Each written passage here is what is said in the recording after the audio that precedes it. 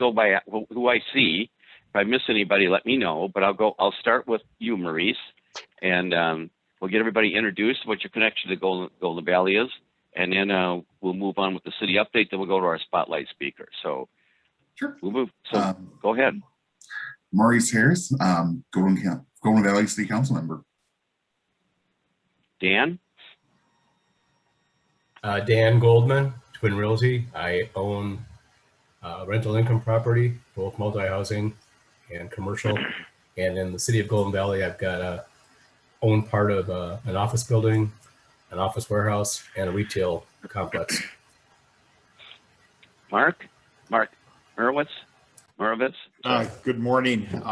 First time back in a few months. Mark Merowitz. I'm a commercial banker at Midwest One Bank in Golden Valley, a longtime resident of Golden Valley.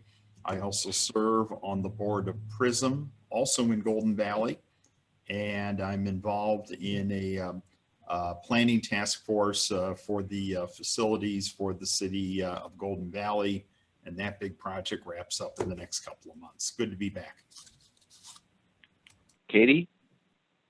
Hi, good morning, everyone. I'm Katie O'Shea Peterson, Golden Valley resident and director on the Hopkins School Board. And Al? Yes, good morning, everybody. I'm with CenterPoint Energy in our local government relations area. We, of course, serve the homes and businesses in Golden Valley with natural gas. And we've done a ton of work in terms of gas line replacements, particularly along Winnetka there. And from a personal perspective, I grew up right on 34th and Winnetka. So I don't live there anymore, but I'm very familiar with Golden Valley and that whole area. That's my hometown. So. Okay. Becky?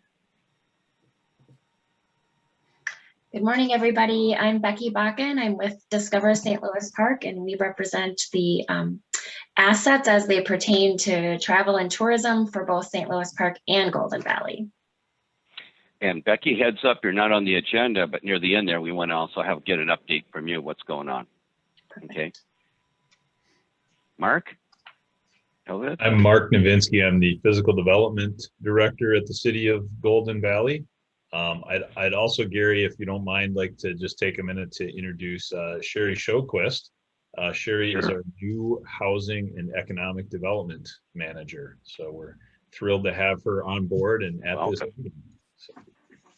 Thanks, Mark. And it's really great to meet everyone this morning.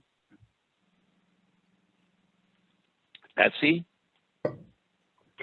Good morning. I'm slightly out of breath coming back from school drop-off, so sorry for my late arrival. I'm Betsy Anderson. I am with the Golden Valley Rotary Club, a resident of Golden Valley, communications director at Perpich Center for Arts Education, and a parent in the Hopkins School District.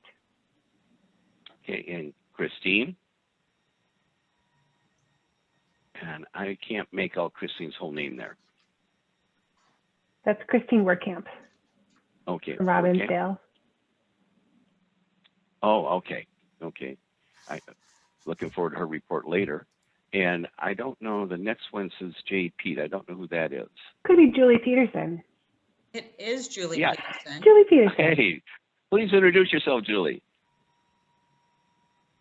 I'm Julie Peterson, owner of the Culvers in Golden Valley and Golden Valley Rotarian. Thank you, Julie. And Brent, you did it. Brent, I didn't think you introduced yourself, but did I start off with you? I can't. That's okay. Hi, everyone. Brent Pavia with the Chamber of Commerce. Okay.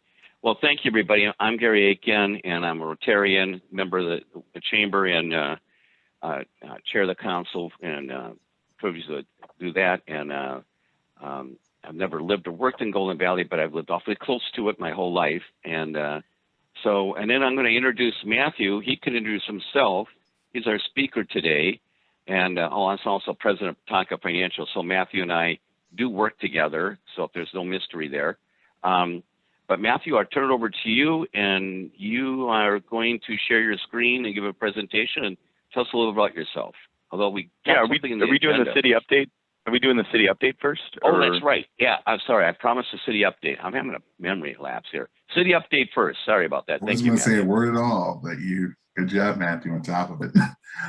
Yeah, no, I figured I'd throw you guys under the bus first. So yeah, I appreciate that. City update. It's been a somewhat busy month. One thing I know we've approved of an update to our zoning code to allow for an R2 residential to some moderate density homes, to allow townhomes to be built, not townhomes, but row houses to be built in the city in those kind of zones. So allow for more flexibility with home construction and for another actual density. And that was the second reading was earlier this month. So that is officially in the books as an option for constructions in those areas zoned as R2. Also in realms of just kind of public safety with, Hampton Brooklyn Center and the aftermath of the Derek Chauvin trial. We've just been kind of a good refresh and updating of what, we're doing as a city for public safety, or police department, having those discussions about reviewing, for example, our policies, procedures with the police department as well, and just having that discussion, a good kind of relook and seeing what we're doing to avoid a tragedy such as that in Golden Valley. So it's been really good discussions over the last couple of meetings on city council and the council manager meeting this month as well, in those aspects of it. I'm trying to think anything else was missing, Mark. Those two things kind of down in my head for last month. No, that was good, Councilmember Harris. I think maybe some other things just to add that would be that we're now in the throes of construction season, so we've got street reconstruction happening. We just approved a contract to install bike lanes throughout Golden Valley, about 7 miles of bike lanes, which is a project we've been working on for a couple of years and for various reasons haven't been able to advance. So we're very excited about that this year.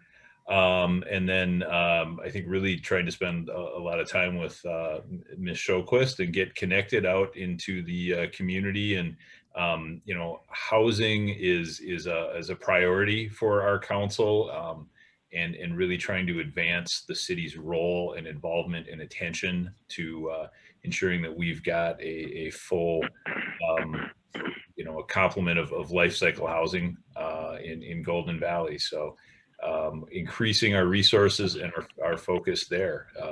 So that's all I have for you at this point. Whoa. Turn that down. I'll take any questions you got if you have any questions. I had a question. Yeah. As I understand it, the goal of the city is to kind of turn that whole Winnetka area by 55 sort of into a downtown area. Has there been any progress made with the owners of the Golden Valley Shopping Center to get that redone? That's a great question, Dan.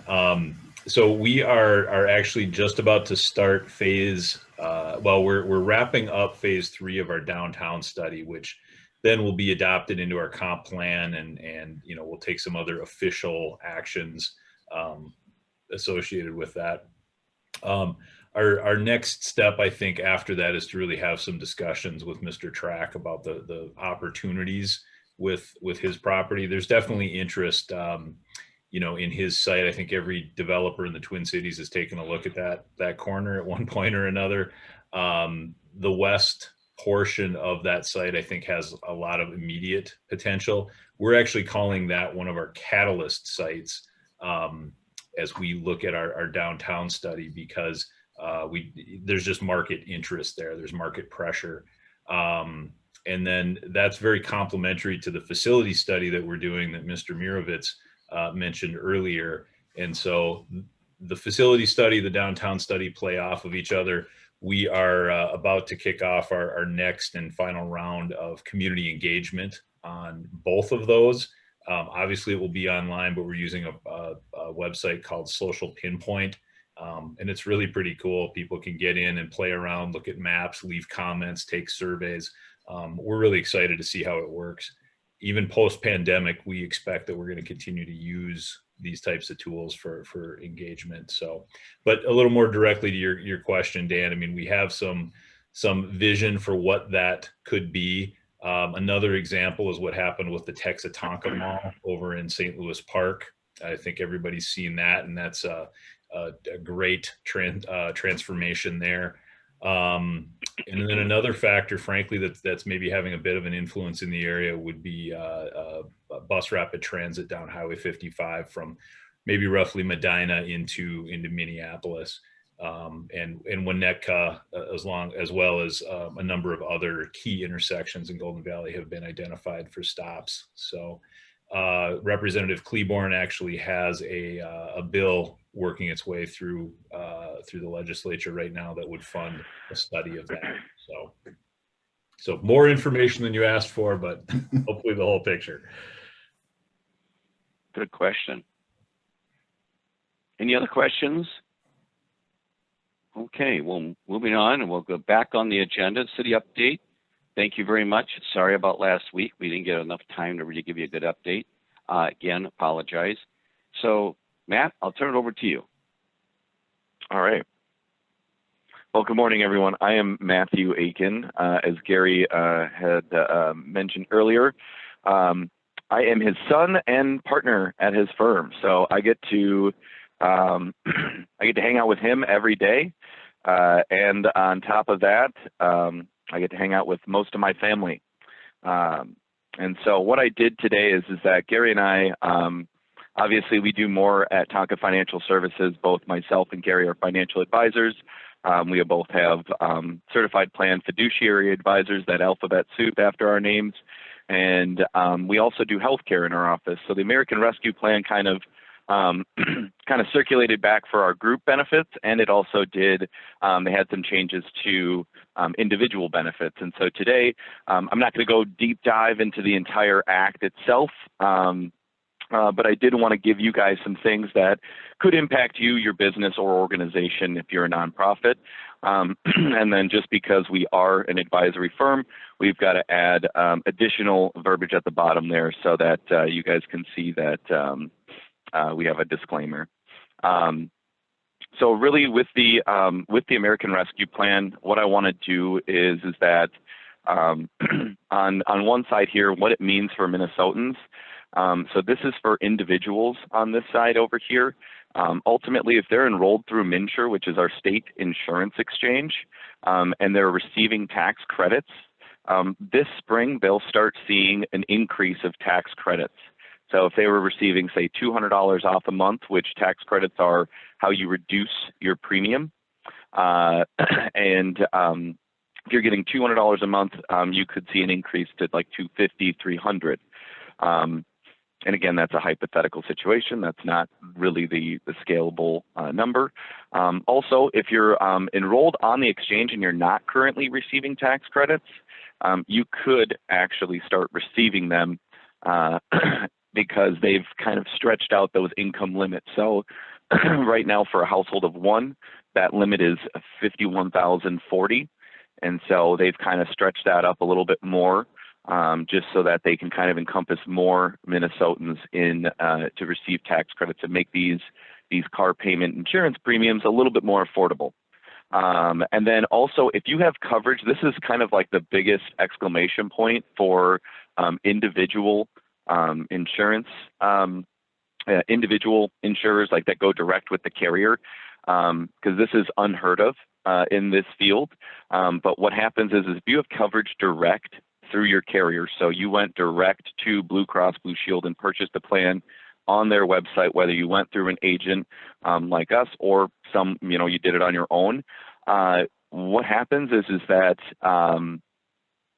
you can cancel or you can move that policy, meaning that you can transfer that policy under MNsure, and what the carrier will do will carry over your deductible. So if you've either met your deductible or you have met a partial of your deductible, they'll actually carry that over in the switch, which is kind of, it's unheard of as far as insurance carriers don't do that. So if I went direct with Blue Cross Blue Shield off the exchange and I met my deductible and I wanted to cancel to get tax credits through MNsure, I would have to lose what I paid towards that deductible, and everything resets when I go through MNsure. So this is a really big step as far as insurance carriers and MNsure's coordination goes. So I can imagine there'll be hiccups, but at the same time, it is available for consumers.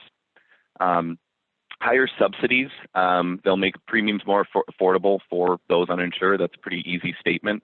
Kind of alluded to it earlier, but ultimately the more tax credits that we're able to receive, the lower our premiums are, the more Minnesotans will be able to jump on to get insurance.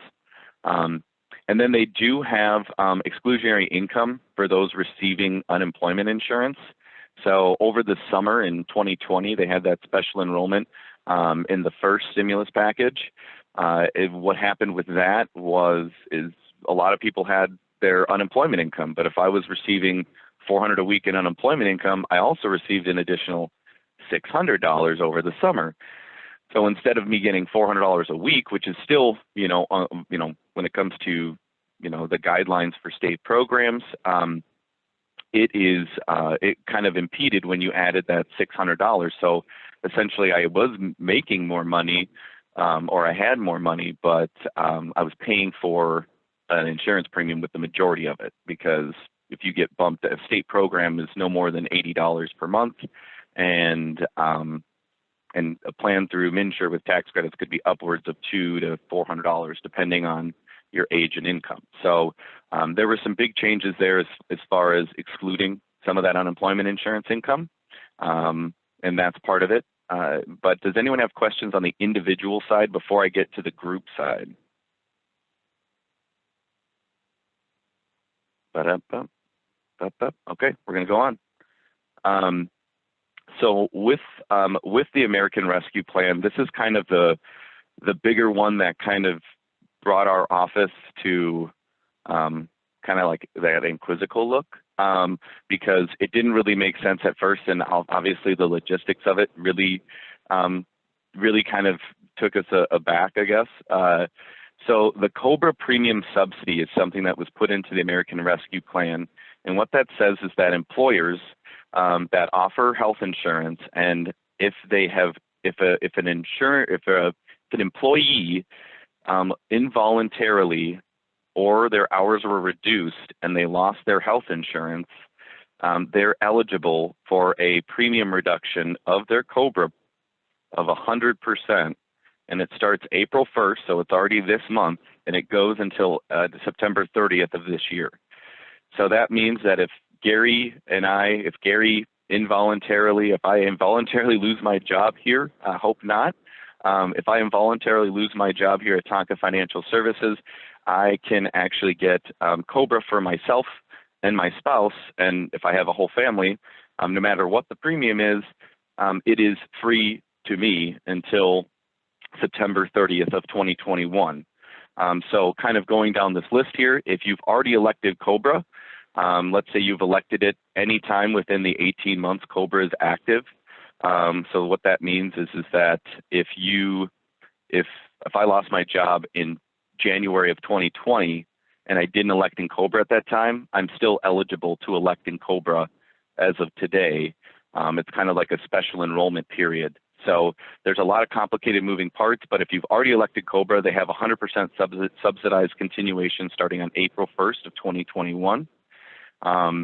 If you did not make any election yet, they must be given the opportunity to make an election during a look-back period, which ends 60 days after they're notified. So I've got some other things on another slide here to go over more specifics of this, but ultimately there is an election period, and it ends 60 days after they're notified, so that they have the option to re-elect to go back onto their Cobra plan and receive this 100% subsidy. They can elect starting April 1st of 2020, obviously, and they can enjoy that subsidy all the way until the end of the time frame, which is September 30th. If you elected coverage, let's say you had it last year and you elected it and then you dropped it at the end of next year because someone like myself would have told you that, if your Cobra was going to end in 2021, you don't want to start with Cobra just to have it drop off in the middle of the year and you have to start new with a new deductible.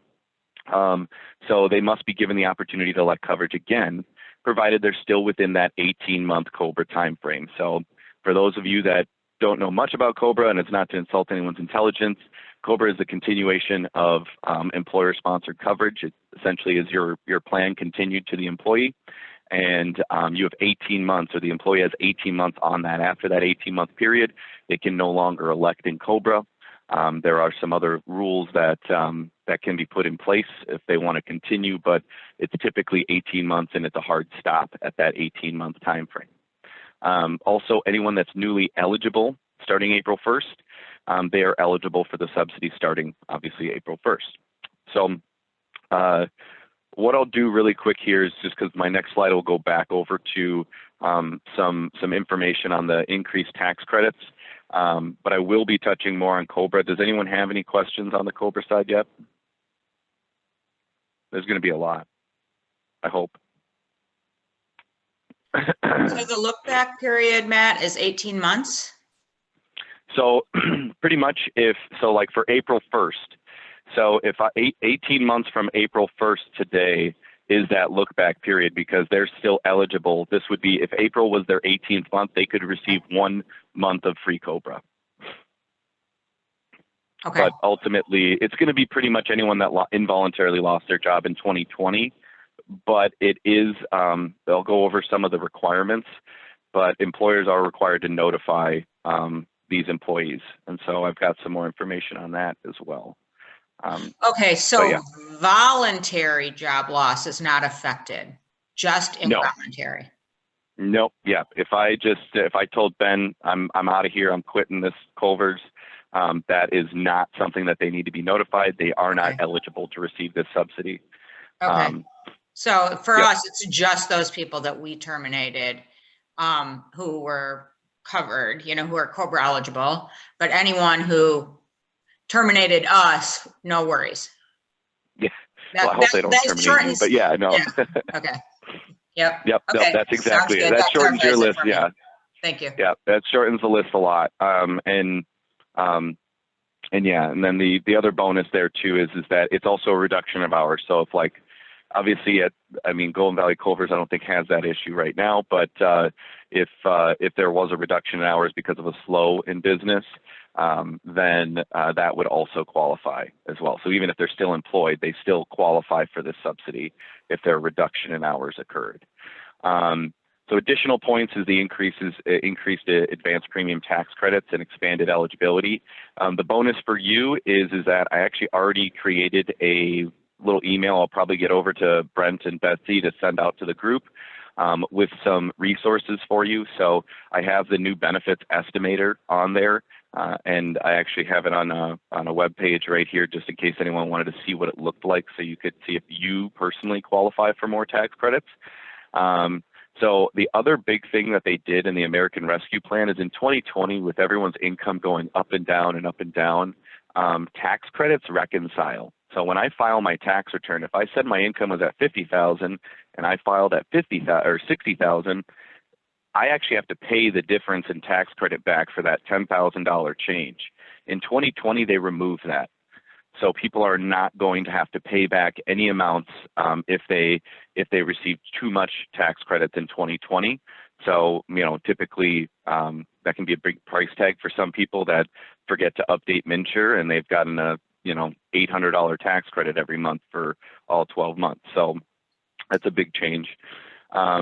They did include unemployment forgiveness of $10,200 of unemployment income. So it's a federal change. So Minnesota does not do that. Other states' forgiveness varies. So on the federal level, if you received unemployment income last year, if you started your tax return in January or February like I did, we had a very large price tag on paying back the government, and then we actually got it reduced, and then the government paid us back for that unemployment that my wife was on briefly over the summer. So it was that's very nice, except for the fact that on the state level it does not apply because Minnesota doesn't do that. Anyone eligible to receive tax credits for the months enrolled through MNsure will be refunded a tax credit when they file federal taxes. So this is that reconciliation. So if you're on MNsure right now, there's two ways you can file an application: with financial help, which means that you get, they're going to take a look at your income, or without financial help. So the main bottom line here, doesn't matter if you filled it out with or without for 2021. The bottom line is that you have to be through MNsure if you want to receive tax credits, and those will reduce your premium. You can take that tax credit as an advance every month, or you can let it reconcile and then you just get a nice little, whether you might owe less at the end of the year, or if you get, if you get a refund, you might get a bigger one.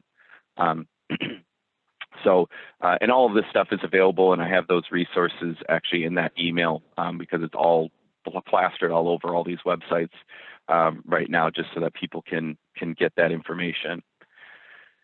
So this is the fun part of the Cobra subsidy. So obviously Cobra, Consolidated Omnibus Budget Reconciliation Act and notices. So this is what Cobra is. So assistant eligible individuals, which is AEIs, must be provided a notice informing them the availability of this subsidy and special enrollment period to be delivered by May 31st, 2021. So May 31st, 2021 is the deadline for small employers, large employers, any employer to contact any employees that were involuntarily lost their coverage, or to be able to at least notify them by that date. And again, that 60-day period begins the date that they're notified. So if they're notified on X date, it's 60 days from there, but everything needs to be issued out by May 31st. So you have to also send all of those employees a notice of the subsidy expiration, must be sent 15 and 45 days before the end of a period. We are already at that 45-day mark, but also this is still pretty new act. So I'll be perfectly honest with you. I've been in contact with the Department of Labor multiple times. I actually listed their phone number in my resources email that I'll send out. They have been, well, I wouldn't say a wealth of knowledge, and that's only because things are kind of coming along slowly. So a lot of people are like, who's going to pay for these Cobra premium subsidies? Well, it's the employer. The employer pays the entire insurance premium all the way through September, and then ultimately is reimbursed through the payroll tax. The IRS has not issued any information yet on the specifics on how it works, and what if an employer can't afford to, because obviously if I reduced my entire staff involuntarily in 2020, reshaped everything, if I can't afford to pay for all their premiums, we don't have any guidance on that yet, as of yesterday at least. And then they do have, so the Department of Labor, so if you do not have a Cobra provider, which essentially is a company that you hire to manage all of your Cobra offerings. So they'll send, if you offer several benefits, this Cobra provider will be able to say, yep, we'll contact that employee, we'll set it up, we'll tell you all the updates on what they enroll in, and we'll send out all the notices and requirements. That provider will be doing this. So those providers, those Cobra providers, are supposed to contact the employers and get a list of employees that have lost their insurance coverage involuntarily or due to a reduction of hours. And that I don't know what their timeline will be, but I can imagine it'll be probably all the way back to January of 2020. And with that, they will then contact and provide those notices to these employees, and so that they have the option to elect, and you don't have to necessarily do too much except for pay for that provider. So if you already have one, you're already paying for that service. That should be automatic. And so I can imagine, I know that Task is a company that we look at as well with Cobra offerings, and they have already started contacting their groups to get that information. I do also have this website up as well, so you don't have to think about writing it down, and I'm sorry I put it in green on a green background, but that will also be there because the Department of Labor has an entire web page dedicated to FAQs on the Cobra subsidy for employees and employers and advisors. And then in addition to that, I think that calling them directly, just pertaining as it pertains to a specific situation. Obviously, you can always contact us at our office. we are happy to educate you guys because we've already sent out a mass email to tell people about this change so that they can either update their Cobra provider if they don't have one, talk to us if they want to try and do it on their own, or, you know, talk to us and we can get them a Cobra provider. So pretty much the key factors to consider after all of this, this is a lot of stuff. So all of my stuff, and now granted, obviously I'm biased, but use agents or brokers to assist yourself and your family with enrollments, changes, estimated tax credits, et cetera, through MNsure. I cannot tell you how many times people come to us with, you know, these terrible stories of having to call all these different insurance carriers to figure out their network and to talk to MNsure to make sure that their account is set up, and it's spaghettied. It's worse off than they started. An agent or broker will be able to at least assist you. It doesn't cost you anything, and you're pretty much just leeching off of their information. If you're, you know, and ultimately, you know, the only thing that we ask is that we get agent of record on the plan that you're currently enrolled in, or we obviously get agent of record on the plan we help you enroll in. For small employers, the big key factor to consider is, especially for this year, it may be worth hiring a third-party administrator for your group's benefit needs. They can provide you premium-only plans, health reimbursement arrangements, health savings accounts, and Cobra services, including the handling of those notices by May 31st to make sure you are compliant. The Department of Labor doesn't get really specific, but they talk about penalties and steep, and so I just sit there and say, okay. But there's already been some really good interaction. I've already got the DOL kind of thinking about things because I've already had multiple situations come across our desk for April alone that have been fairly complicated too. It's not as easy as saying I involuntarily lost my job. I know that seems really weird, but different strokes. But other than that, that is all that I have. So if anyone has any questions, any feedback, I guess I don't really, we can talk to the Department of Labor on that one, but yeah, I'm here for you. So questions.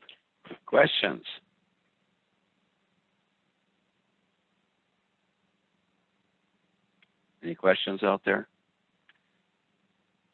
Well, I've got one. Matthew. No, oh, wait a minute. You got a question, Betsy? I wanted to reiterate what I think I heard you say, Matthew, that if somebody has a question about navigating this, they can contact you and it's actually at no charge. Well, you can contact us, yes. And again, the no charges is that insurance premiums, like we're not going to charge you to ask us a question and give you an answer. You know, if we start doing things for you, as far as like if we, you know, review your insurance plan, all we ask is that we become agent of record on your insurance plan, which doesn't change anything for you. It essentially funnels the commissions out from direct with the carrier to us that pays us for our time. As far as Cobra premium subsidies, if your group is with us, we are happy to walk you through how you can get these notices out. And actually, I have the Department of Labor's website up right here. But ultimately, you know, we are a resource, and you know, especially for this group, the Golden Valley Business Council, we would be happy to volunteer our time to ensure that you guys understand what is happening, because it is a lot, it is confusing, and just kind of like Gary and I, it's our job to know this stuff. It's not necessarily a general contractor's job to know exactly what the Department of Labor's rules are on Cobra subsidies through an American Rescue Plan. Obviously, as a business owner, you want to be ahead of the game, but it's just one of those things where we want to make sure you guys know we're happy to help you and your business or whoever you guys have in mind out. Matthew, that's a lot of great information. I'm just curious, who are your typical customers? Everyone. No. So we typically handle a lot of small businesses. So Gary and I are, we have I wouldn't call it like a boutique or a niche practice. We kind of have that mentality that it's easier to make a millionaire than it is to make a millionaire more money. And so one of the things is that it's kind of like we will do any group and we'll review it. And obviously every group that we speak with is going to have it's just a matter of whether or not our services will fit their needs. And if they don't, we probably have a good referral with someone in our network that could help you out. And we try to keep all of our referrals local, and we try to keep all of our referrals in the same modality and ethics as that we have in our practice. I got a question for the audience. I'm sorry, who's asking a question? You go first. Well, I just wanted to comment, Matthew. So you've just caused me a great deal of anxiety, but also I wanted to thank you because I really, I feel like I've got so much information coming at me. And I actually spoke last month about the fact that we would be a small business that has gone through a little bit of this. In fact, I have 2 employees that fit this bill. And I feel like this is really the first I'm learning of this particularly. Now, maybe there's been information that's come that I didn't quite read carefully enough or what have you, but it's already April 22nd. So thank you. Yeah. Yeah. And honestly, if you have insurance through your current wherever you have your insurance, if you have an agent, they should be on top of this for you.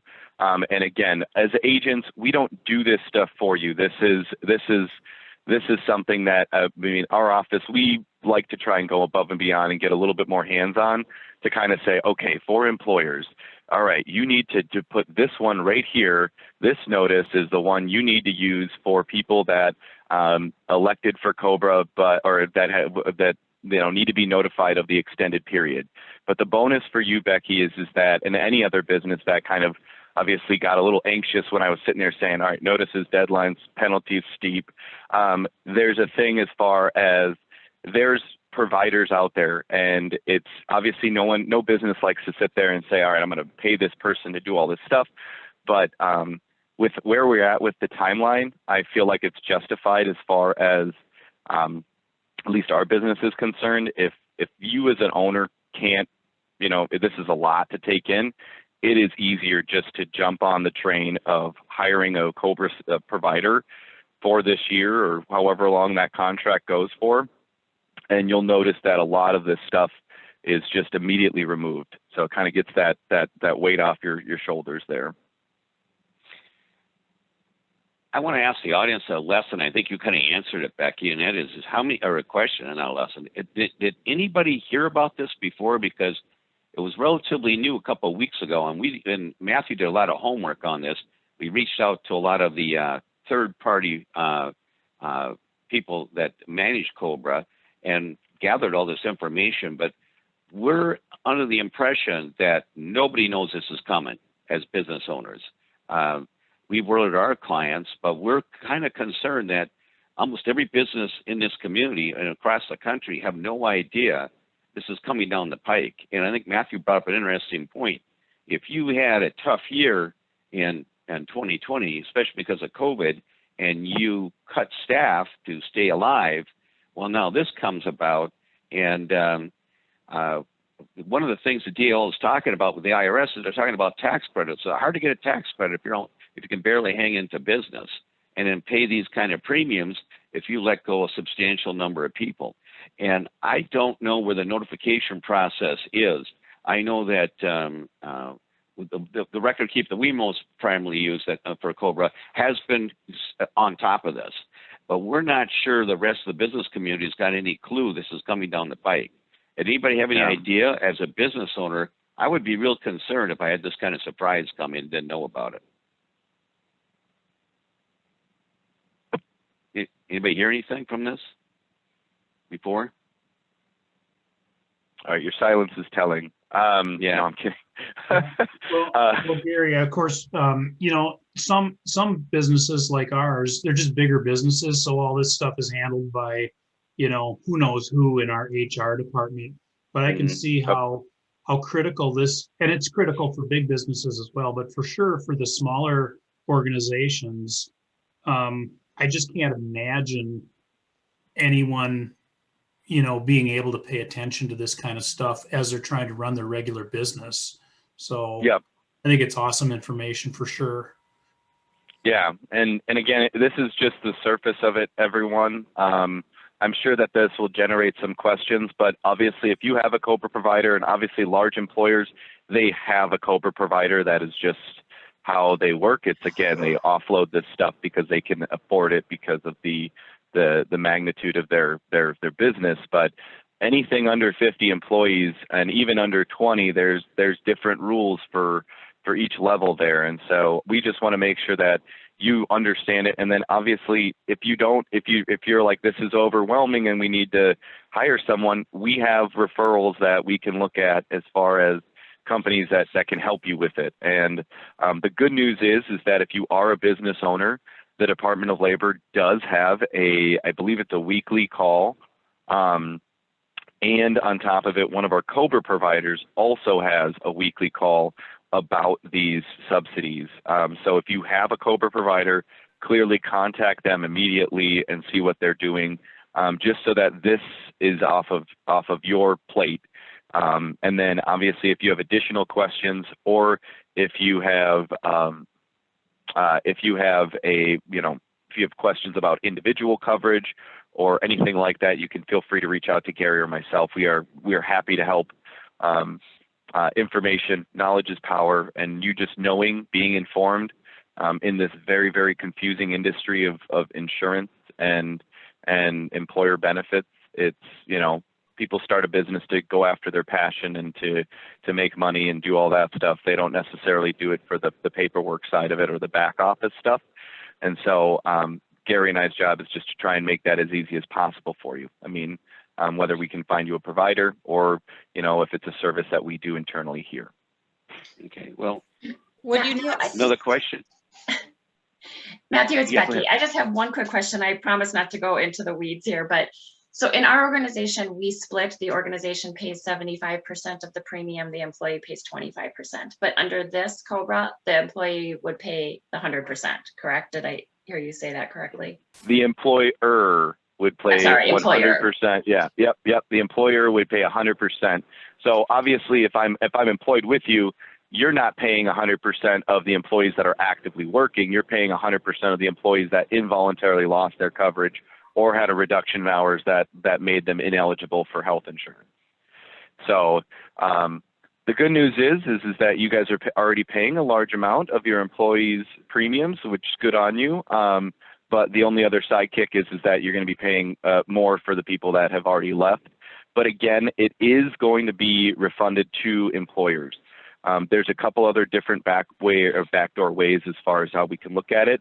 But to be honest with you, I actually have called the Department of Labor pretty much weekly since this was passed, and ultimately I've kind of been throwing scenarios at their face just so that, because I know all the different scenarios I'm going to come across. So what if, all these different, so they're contacting me back on that stuff. And quite frankly, if you have a question or you have a scenario, I'm happy to go and be that surrogate, be that middleman for you to help you out. So like in our situation, what's fascinating to me is if we don't know about it as business owners, how are our involuntary terminated workers going to know this benefit is eligible to them? This feels like something the government is offering it, because it's kind of a backdoor assistance for, the last year. But where I can see sending this notice, we've been getting notices from the hospitality industry, the Department of Labor, Culver's. I mean, we've probably gotten 5 notices from 5 different organizations about this. And to Becky's point, we've kind of skimmed over it and went, is this important, or is this just another memo that I'm getting from somebody? And how will those employees know that this is even available? I mean, by our notice, I guess, but they're gonna put it in the trash can just like we are. I can guarantee it. Yeah, and that's it. And the only thing is that as an employer, I mean, honestly, as an employee, it's what they choose to do with the notices. It's going to get dumped. But as an employer, that's the obligation that this act has required them to do. And the only thing is that it's just a rushed process is what it looks like. So they're piecing this together and it's ever evolving. And they sorted out that the gist of it is that April 1st, everyone, if they qualify for the assistance eligibility, they get 100% subsidized. The employer pays for it and the employer gets reimbursed through the payroll tax. And as far as like drilling down on the specifics, you're not going to find you're not going to get very far. And it's just because, I mean, it was passed like several weeks ago, like a little end of March or something. And so it's just one of those things that it's annoying, but it's one of we're obligated because we're aware of it to notify our groups. We're not going to force anyone's hand, but obviously if we can make life easier for you to be compliant, we absolutely will. Okay, I got to move on the agenda here, and I guess I'll open it up to, if there's any more questions, you can, yeah, thank you, Matt. You can direct them directly to Matt. Added stress for your Thursday morning. Yeah, it is concerning, and the answer to your question, Julia, is clearly, what we have to do is people have to make sure that your third-party Cobra provider knows who to get these notices out, and you get the names as they can get the notice process done, because your obligation first and foremost is to do the notification and then pay for it if anybody signs up for it. Is pretty much how it works. So nice, wonderful surprise that we, that that's the same act that gave you the $1,400 stimulus. So it's always a surprise in some of these things as we unpack these big, huge bills. And we're going to probably have more surprises in future ones, and maybe even in this one. But thank you, Matt, for doing all the research on this and being on top of it. Yep. With that, I'd like to move on with the school district's report. So why don't we start with Christine and Robinsdale? Good morning, everyone. Yes, things are moving along. We have all of our kids in school. I think I shared that last month. I can give you a quick update again. Our middle school and high school are back in school Monday, Tuesday, Thursday, Friday, with Wednesdays being an asynchronous day. And again, the reason we do that is because the kids that opted for distance learning the entire time are actually, the teachers are teaching the in-person kids and the distance learning kids at the same time. So it's a concurrent instruction model, which we then have Wednesdays as allowable days for students to have individual time with teachers and staff, and teachers get some planning time as well. It's hard work, that type of teaching, and brand new for our teachers. So getting up that learning curve is always a challenge as well. Our elementary kids, of course, have been back in person since January, and things are going along smoothly with that. It is legislative season, so we are advocating heavily with our local legislators, trying to ensure that schools aren't forgotten as we think about this new budget cycle.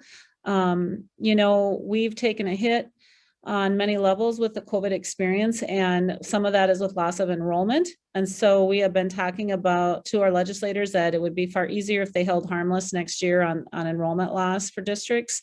That's one aspect of it, as well as helping push through, which they certainly aren't doing as quickly as we need them to, the idea of approving summer, there's additional dollars for summer programming.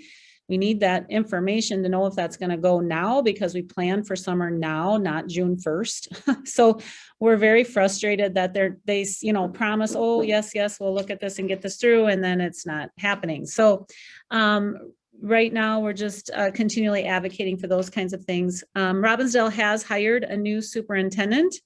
Mr. Engstrom will come to us out of Colorado. He is originally from Minnesota, has taught in Anoka schools, and then ended up having his administrative career out in Colorado. So he will begin with us on July 1st. The current interim superintendent is going to move to assistant commissioner at MDE beginning July 1st. And I can announce that I've accepted a superintendent position in Royalton, Minnesota to begin July 1st. This is the first public meeting I've announced that, because I haven't actually signed the contract. So I haven't actually resigned my position. So the board votes on Monday for that fine. I'll go sign right away. And then, so that'll be a July 1st start for me as well. And so we'll have a new person transitioning into my role as well. So some changes for Robinsdale, but I've been here 5 years. It's been awesome. I've learned so much, and I've had opportunity to lead so many different things. So just ready for the next step. So yeah, I did withdraw my candidacy, obviously, for Robinsdale, because I was offered the position the same night I was supposed to interview at Robinsdale. So it was quite the crazy Monday a week ago. So those are kind of some updates, and I can answer any questions you may have. I'm probably missing a lot, so. Wow, congratulations. Okay, how about Katie and Hopkins next? Hi, good morning, guys. Yeah, so not as big of an update today. Our school board meeting on Tuesday night was actually postponed due to the reading of the verdict. We made a decision as a district to put our time and energy into supporting our administration, our teachers, and our student body. So that meeting got postponed till next week. So not a huge update there. We are in the midst of graduation planning and what that's going to look like this year. Probably somewhat similar to last year, but definitely different than years past. We announced a new principal at Gatewood Elementary, Dr. George Noland, who had been serving as interim principal for the entire year, was officially announced, and we're very excited about that. He's doing great things over there already. We are doing a fair amount of policy work right now. In the wake of the murder of George Floyd, we announced a huge initiative to review all of our policies at Hopkins schools in order to be anti-racist and equitable. So beyond just that, we are now introducing a gender inclusion policy, as well as revamping our discipline policy. We have lots of community listening sessions on these. We hope to get a lot of community input and how these are going to shape the day-to-day lives of our students in implementing these. We are always really proud to announce that 11 of the 17 students announced for the Caring Youth Awards were Hopkins students. 2 of those I've actually had the pleasure of working with on the school board. So Elliot Berman and George Jackson, 2 individuals who've been very involved with the school board from a student level, were both announced for Caring Youth Awards. We're super proud of that. That's kind of the majority of our update. Any questions? Well, thank you. Gary, could I give one more? Gary, could I give one more update? Yes. I forgot. I don't think I said this last time either. Robinsdale did approve to change school start times. Did I let you all know that? They have now officially voted to begin the new start times fall of 2022. So we have 1 year before those will take effect. And just so you know, our high schools, instead of starting at 7:20, will start more around 8:30. And our elementaries will start more around, they're all adjusted, 5-10 minutes, around 8 o'clock in the morning, and middle schools will start around 9:15, 9 to 9:10. So that will take effect on the 22 school year. And so all of our athletics and childcare and all of those kinds of things have time to plan for that shift. Because that'll be shifting jobs and times and needs of families. So just to give you a heads up that happened, and we did get a new transportation provider that will begin July 1 from Durham. So we no longer will be with First Student, we'll be with Durham. And so those 2 things are kind of tied together with our routings and with now school start times changing in the following fall, some new things for our kids. And we did get a lot of input from various groups before the school board made that decision. So I can answer questions about that too, if you have them. Okay. Betsy. Good morning. An update from Perpich. Just a little bit of background about what we do for our professional development wing of the agency. Last year, Perpich's professional development program worked with more than 2,000 educators across the state of Minnesota in 304 school districts. So a lot of people aren't aware that that's actually all happening from here in Golden Valley, that spread out of arts education and art support is happening here. We work with educators in music, dance, visual arts, media arts, and theater. And our 2-year high school, which is also located in Golden Valley, is growing and thriving. We saw a 15% enrollment increase last year, and we project a 17% enrollment increase this next fall. So things are going well at Perpich, and I cross my fingers because we did talk last month about how there is a bill in the Senate to abolish our agency and to fold the work that is done by our incredible professional development team and our arts high school into one position at MDE. Not going to happen. The level of service that we're providing, there's no way that one person could do that. And just a quick update for all of you, that bill has now been folded into the Senate's omnibus education bill. And so we expect, as we have for many months since we first heard about this bill, that this will now become a bargaining chip in conference committee.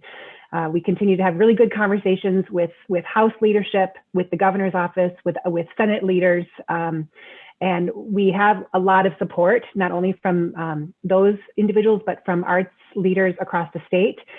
So we hope it will not be successful. We're getting the feeling it's not going to be successful, but it surely has changed our work plan for the last couple of months. It's been very time consuming. And right now we expect conference committee members to be announced today or tomorrow.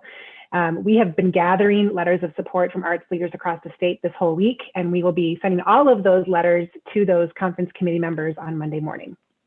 So that's our next step. But despite all of that, and in contrast to all of that, creativity continues. Our students are presenting exhibitions and performances. They're continuing to do their art. A lot of those, well, pretty much everything has been virtual or has been sort of a hybrid. So we have links to all of those, either exhibitions or performances, on our website, which is perpchmn.org. Nope, wrong, perpich.mn.gov. I should know the website of my organization.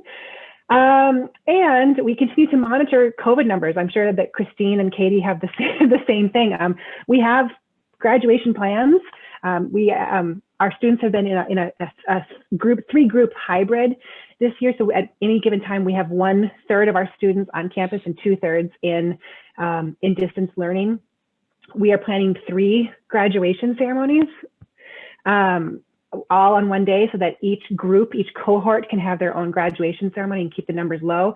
But all of that goes away if our COVID numbers continue to increase, which we are watching closely, and they are increasing. So a plea from educators, please continue to wear your masks, please get your vaccines, so that these kids and families can have these experiences.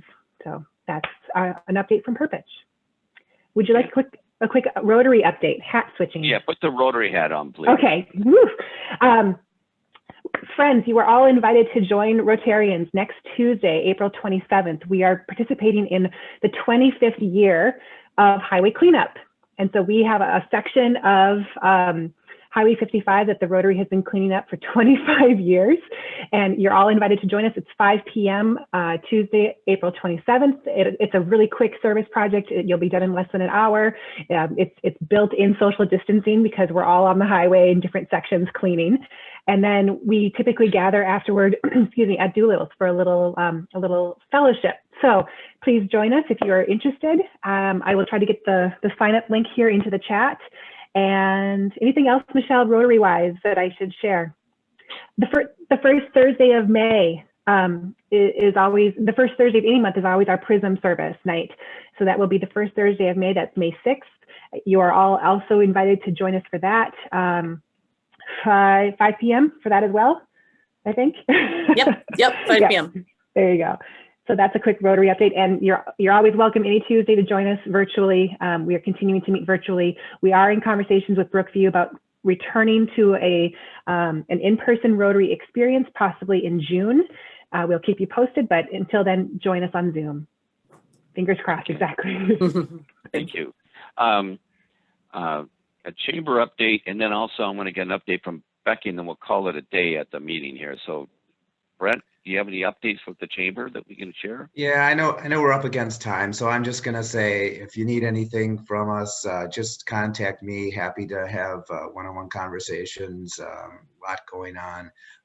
Matthew, I agree. A lot of the American Rescue Plan, I think, is under the radar screen. So it was a great presentation, and we'll try to forward the word on to the larger business community as well. So thanks, everyone. Yeah.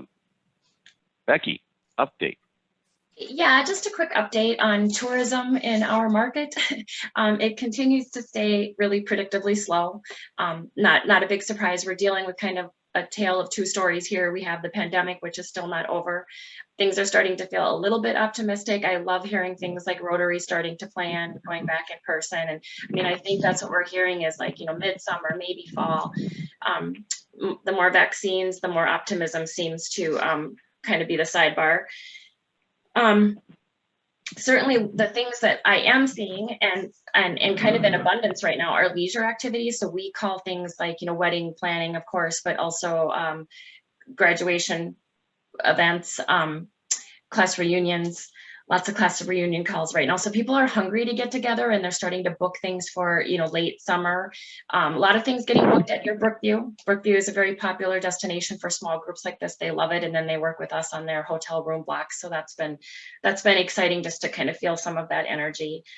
Youth sports, I think I have mentioned that before. That is just an area that people don't want to give up and they fight very hard to continue youth sports. But then also there's the tale of the civil unrest, right? Like that's been certainly impactful to our communities as well, especially from a travel and tourism perspective. Minneapolis is such a fabulous partner for us. When they do well, we do well, and they're struggling right now and have been struggling for a while. Certainly with the trial being over, at least the first trial. I think we already feel some optimism in Minneapolis. Things just, certainly we didn't have the riots that we were preparing for. We didn't have some of the craziness we were preparing for. And I think that's feeling really good. Of course, there's what happened in Brooklyn Center. And because of these things, weird things happen in tourism, like Explore Minnesota Tourism, the state agency actually kind of paused all marketing for a while, just because it's kind of too big of an uphill climb right now. They just felt better to pause for a bit. So all of that negatively impacts this industry, but I still feel like there is a light at the end of the tunnel and we're going to start seeing some good things happen towards the end of summer. I will say that the last few weeks have been a little extra busy in our market because of media folks and people just in town for the trial. So kind of odd how different things impact different worlds, right? Any questions? No, well, any questions? Great. Well, thank you for that update. Thank you, everybody, for attending. We'll see everybody next month, May 27th. Everybody stay safe. If you're not vaccinated, please consider getting vaccinated. And have a great rest of your week. Thank you. Bye Stay now. healthy, everybody. Thanks a lot. See you later. Yep.